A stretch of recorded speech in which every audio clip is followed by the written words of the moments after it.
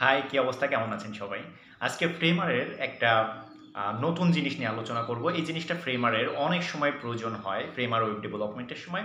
কিন্তু আমি সার্চ করে খুব বেশি রিসোর্স কিংবা কোনো আইডিয়া পাইনি ফ্রেমার থেকে। তো নিজে ট্রাই করতে করতে ফ্রেমারের একটা রাউন্ডেড প্রোগ্রেস বার তৈরি করে ফেললাম। তো সেটাই আপনার সঙ্গে শেয়ার করছি। চলুন শুরু করা যাক। সরাসরি আমরা আমাদের কম্পিউটার স্ক্রিনে চলে যাই। প্রোগ্রেস বারটার প্রিভিউটা আপনারা দেখতে পাচ্ছেন যে প্রোগ্রেস বারটা এখানে এইভাবে করে আছে এবং আমাদের দ্বিতীয় প্রোগ্রেস বারটি এইভাবে করে আছে এবং আমাদের আরও একটা প্রোগ্রেস বার যেটা হোভারের উপর ডিপেন্ড করে আছে, সেইটা হচ্ছে আমাদের এই প্রোগ্রেস বারটি, যেটা হোভার করলে প্রোগ্রেসটি চালু হচ্ছে। তো চলুন আমরা সম্পূর্ণ জিনিসটা স্টেপ বাই স্টেপ দেখি কিভাবে করে এমন একটা প্রোগ্রেস বার ক্রিয়েট করা যায়।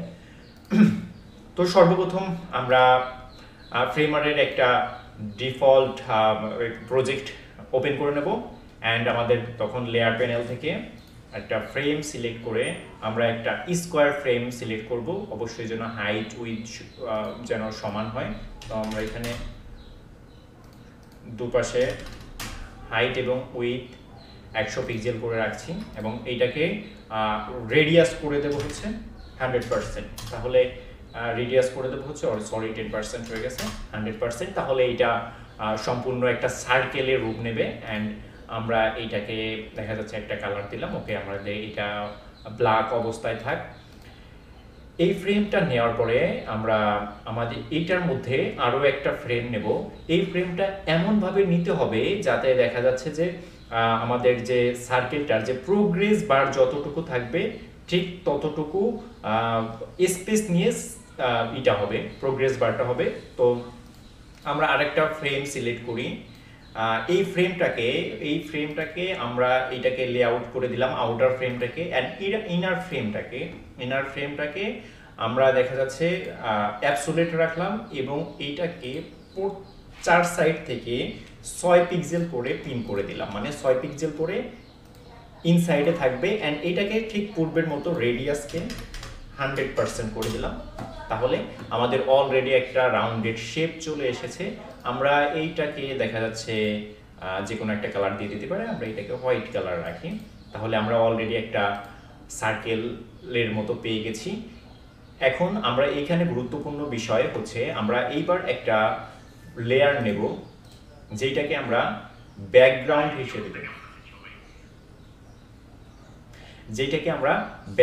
হিসেবে দেব, এবং এইটাকে আমরা রাখবো হচ্ছে এই ফ্রেমের বাইরে এবং এইটার নাম আমরা দিলাম হচ্ছে, এটার নাম আমরা রাখবো হচ্ছে বিজি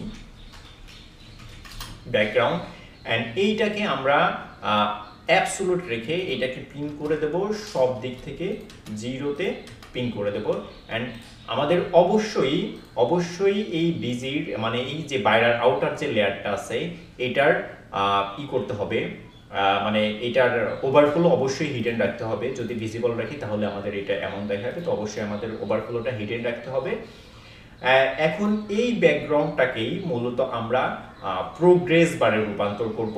তো সর্বপ্রথম আমাদের এইটা করার জন্য সিম্পল একটা জিনিস করতে হবে, সেটা হচ্ছে আমাদের এইটাকে কৌণিক গ্রেডিয়েন্ট হিসেবে নিতে হবে। আমাদের এইটাকে সার্কেলটাকে কৌণিক গ্রেডিয়েন্ট হিসেবে নিতে হবে অ্যান্ড এটার সাইজ আমরা আপাতত এটা একটু বন্ধ রাখি এবং এটার সাইজকে আরও একটু বাড়িয়ে দিই।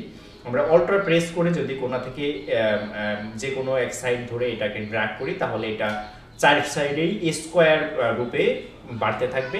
এইবার আমরা এইখানে একটা আমাদের এই যে বিজি লেয়ারটা আছে মানে ব্যাকগ্রাউন্ড লেয়ারটা আছে এটাকে চারদিক থেকে বড় করে দেওয়ার পরে আমরা এইখানে কালার অ্যাড করব অ্যান্ড কালারে আমরা আমাদের সাধারণত ডিফল্টে এই একটা সলিড কালার থাকবে, কিন্তু আমরা এখানে কৌণিক কালারটা ইউজ করব। কৌণিক কালারটা আমাদের একবারে 0%-এ আমরা যে কালারটা প্রোগ্রেস বারে নিতে চাই সেই কালারটাকে আমরা সিলেক্ট করে আমরা আমাদের পরবর্তী যে পজিশনটা এটাকে আমরা আপাতত একটু ডিলিট করে রাখি, এই যে পজিশনটা আমরা এইটাকে সম্পূর্ণ অপাসিটি 0 করে দেব অ্যান্ড আমরা এখানে আরও একটা কালার, আমরা আরও একটা পয়েন্ট সিলেক্ট করব, যেইটাকে আবার আমরা অপাসিটি 100 করে দেব। অ্যান্ড সেটাকে আমরা এই কালারের পিছনে যদি রাখি বা উপরে রাখি, তাহলে দেখেন এখানে অলরেডি একটা মানে প্রোগ্রেসের মতো একটা কালার চলে আসছে। তো এইটাকে আমরা আমাদের যে ভেরিয়েন্টের মধ্যে যাওয়ার পরে এইটাকে এইভাবে থাকার পরে আমরা এটাকে এবার সব থেকে বেটার হচ্ছে আমরা সম্পূর্ণ জিনিসটাকে এই স্ট্যাকটাকে ধরে বা প্রোগ্রেস, এটার নাম দেওয়া হচ্ছে প্রোগ্রেস, এই প্রোগ্রেসটাকে সম্পূর্ণ প্রোগ্রেসটাকে ধরে আমরা একটা কম্পোনেন্টের মধ্যে নিয়ে যাব। কম্পোনেন্টের মধ্যে নিয়ে আসার পরে এটা হচ্ছে আমাদের ডিফল্ট ভেরিয়েন্ট, অ্যান্ড আমরা অন্য একটা ভেরিয়েন্ট সিলেক্ট করব এবং এই ভেরিয়েন্টটাকে আমরা নাম দেব হচ্ছে সেকেন্ডারি। এইটার নাম দেব আমরা সেকেন্ডারি। অ্যান্ড আমাদের দ্বিতীয় ভেরিয়েন্টের আমরা আবার ব্যাকগ্রাউন্ডটাকে সিলেক্ট করে আমরা কালারে যাব অ্যান্ড কৌণিক কালার সিলেক্ট করে এইটাকে আমরা যত দূর নিতে চাই, এই কালারটাকে আমরা যদি এবার 90% করে দিতে চাই, প্রোগ্রেসটা যদি 90% হয়, তাহলে আমরা অবশ্যই এখানে 90%-এ গিয়ে আমাদের প্রথম এটা নিয়ে আসবো। আমাদের দ্বিতীয়টা ধরে যখন আমরা এইখানে নিয়ে আসবো, তাহলে দেখবেন অটোমেটিক একটা মানে প্রোগ্রেস সার্কেল তৈরি হয়ে গিয়েছে। অ্যান্ড এইটাকে আমরা এইবার একটু ভিন্নভাবে করার চেষ্টা করব। তো অলরেডি এখানে একটা প্রোগ্রেস আমরা দেখতে পাচ্ছি। তো এইটাকে যদি আমরা একটু করি, যে এটাকে যখন হোভার করা হবে, লাইক আমরা এইটাকে এইটার যে ইন্টারেকশন হচ্ছে আমরা যখন মাউস ইন্টার করব তখন আমাদের এখানে নেবে। অ্যান্ড আমাদের সেকেন্ডারি যে ভেরিয়েন্ট আছে এটাকে আবার আমরা লিঙ্ক প্রেস করে লিঙ্ক ক্রিয়েট করা যায়। এটা দিয়ে আমরা যখন মাউস লেপ করব তখন এই ভেরিয়েন্টে ফিরে যাবে। তো আমরা ছোট্ট করে একটু প্রিভিউটা দেখে নিই। আমরা এটাকে যদি হোভার করি, দেখেন এখানে অলরেডি প্রোগ্রেস বারটা ক্রিয়েট হয়ে গেছে। তো এইটাকে আরও একটু ডাইনামিক করার জন্য আমরা এটার মধ্যে একটা দিতে পারি, কাউন্ট আপ একটা কম্পোনেন্ট দিতে পারি, যেটাতে দেখা যাচ্ছে যে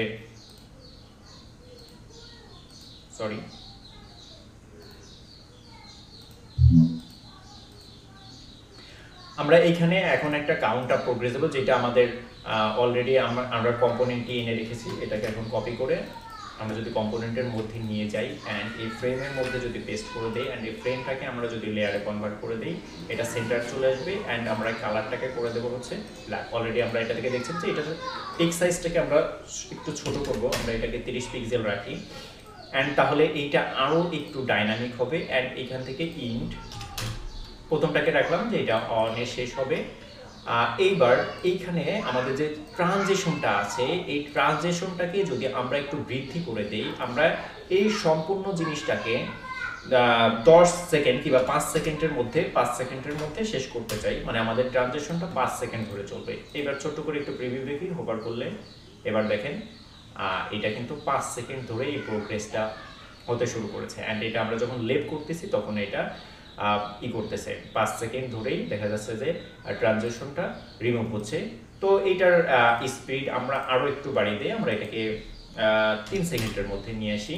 অ্যান্ড 3 সেকেন্ডের মধ্যে আনার পরে আমরা এইখানে একটা দেই যে আমাদের এইটা আমাদের যে সেকেন্ড ভেরিয়েন্টটা আমাদের যে কাউন্ট আপ যে কম্পোনেন্টটা আছে, এই কম্পোনেন্টটার যদি আমরা ইন ভ্যালুটা যদি আমরা 90 করে দেই, অ্যান্ড আমাদের সাফিক্সে আমরা আপাতত কিছু রাখবো না, এটা তাহলে 90 থাকলো, আমাদের 2 থেকে স্টার্ট হবে এবং 90-তে গিয়ে শেষ হবে।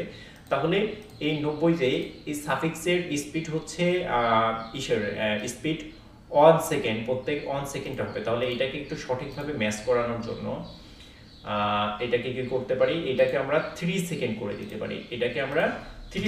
দিতে পারি। যেহেতু আমাদের ট্রানজিশনটা 3 সেকেন্ড আছে, তাহলে এবার আমরা একটা সুন্দর ওভারভিউ দেখতে পাবো। আমরা যদি এটাকে দেখতে পারি, দেখেন 90% 3 সেকেন্ড ধরে হচ্ছে, অ্যান্ড এটা আবার পুনরায় তার জায়গায় ফিরে যাচ্ছে। মূলত এইটাকে আমরা হোভারে চেক করে দেখলাম। তো এইভাবে করে এই জিনিসটাকে আরো ডাইনামিক ভাবে আপনি কন্ট্রোল করতে পারবেন।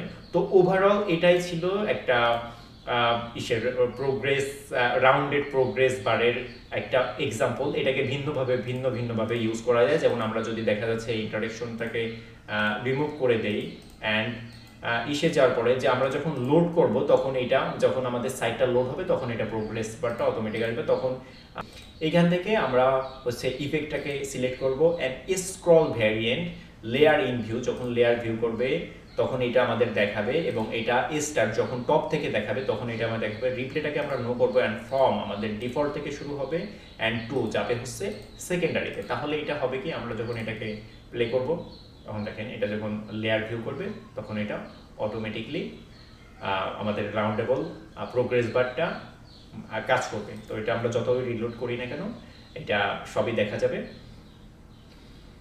তো আমি আপনাদের সুবিধার জন্য অবশ্যই এই ফাইলটাকে আরও ভিন্নভাবে সাজিয়ে একটা রিমিক্স ফাইল দিয়ে দেবো, যেটার মধ্যে আপনারা 3টা প্রোগ্রেস বার পাবেন। এই প্রোগ্রেস বারটি পাবেন এবং এই প্রোগ্রেস বারটি পাবেন, পাশাপাশি আমাদের যে অ্যাডভান্স লেভেলের যে প্রোগ্রেস বারটি আছে হোভার প্রোগ্রেস বার, সেইটা আপনারা এইখানে এই 3টা প্রোগ্রেস বারেরই কম্পোনেন্ট আমি রিমিক্স ফাইলে দিয়ে দেবো, যাতে আপনারা প্র্যাকটিস করার সময় প্র্যাকটিস করে উপকৃত হতে পারেন।